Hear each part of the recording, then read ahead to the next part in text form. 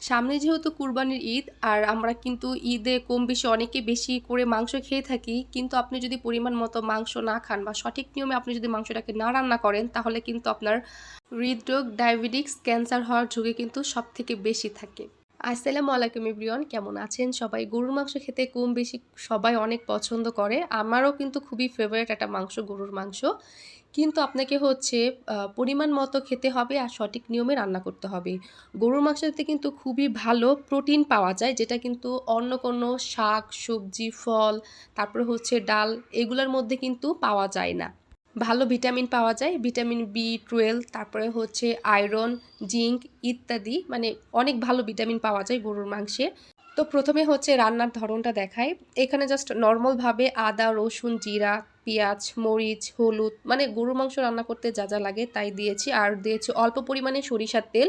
এইখানে চর্বিযুক্ত গরুর মাংস নেওয়া হয়েছে, কারণ গরুর মাংসের চর্বিতে কিন্তু গুড ফ্যাট থাকে। আর আরেকটা কথা বলে দিই, সেটা হচ্ছে আপনি কী ধরনের গরুর মাংস কিনছেন। আপনি সবসময় দেশি গরুর মাংসটা কেনার চেষ্টা করবেন। এবার দেখি অনেকেই অনেক বড় বড় গরু, ঠিক আছে, যেগুলোকে নাকি ইনজেকশন দিয়ে তারপরে হচ্ছে বিভিন্ন ধরনের খাবার খেয়ে অনেক মোটা তাজা করা হয়, কোনো দিন সূর্যের আলো তাদেরকে বাই করা হয় না। আপনি দেখবেন যে অনেকেই বলতেছে যে অনেক দিন পর ঘর থেকে বের করলাম। এই ধরনের গরুর মাংস কিন্তু আমাদের জন্য অনেক অনেক অনেক ক্ষতিকর। দেশি গরুর মাংস আমাদের জন্য অনেক ভালো, যে গরু নাকি মাঠে ঘাস খায়, দৌড়াদৌড়ি করে, শরীরে ভিটামিন ডি লাগে, মানে সূর্যের আলো লাগে, সেই গরু কিন্তু আমাদের জন্য সবথেকে বেশি ভালো। আর এটা কিন্তু দেশি গরুর মাংস।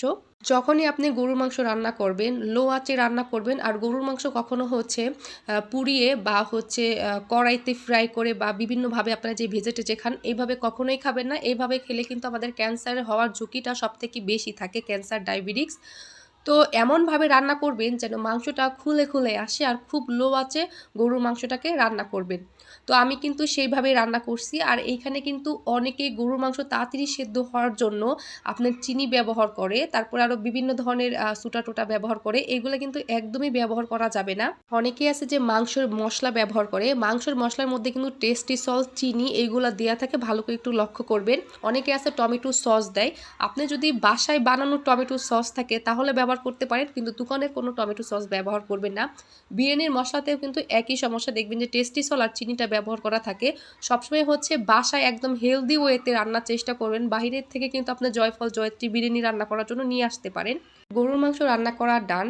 সব কিছুর খাবারের কিন্তু একটা পরিমাপ আছে। আপনি যদি পরিমাণের থেকে বেশি খেয়ে ফেলেন তাহলে একটা সময় দেখবেন যে আপনি পরিমাণের থেকেও আরও কম খাচ্ছেন। তো যারা আগে অতিরিক্ত গরুর মাংস খাচ্ছেন, এটা খাচ্ছেন, ওটা খাচ্ছেন, তারপরে হচ্ছে heart disease, fatty liver, ulcer, বিভিন্ন ধরনের রোগ বাধা নিছেন, তারপরে দেখবেন যে আরও কম কম খেতে বলে। তো একজন মানুষের জন্য কতটুকু পরিমাণে গরুর মাংস খাওয়া উচিত? 80 থেকে 90 গ্রাম পর্যন্ত একবেলা খেতে পারবে।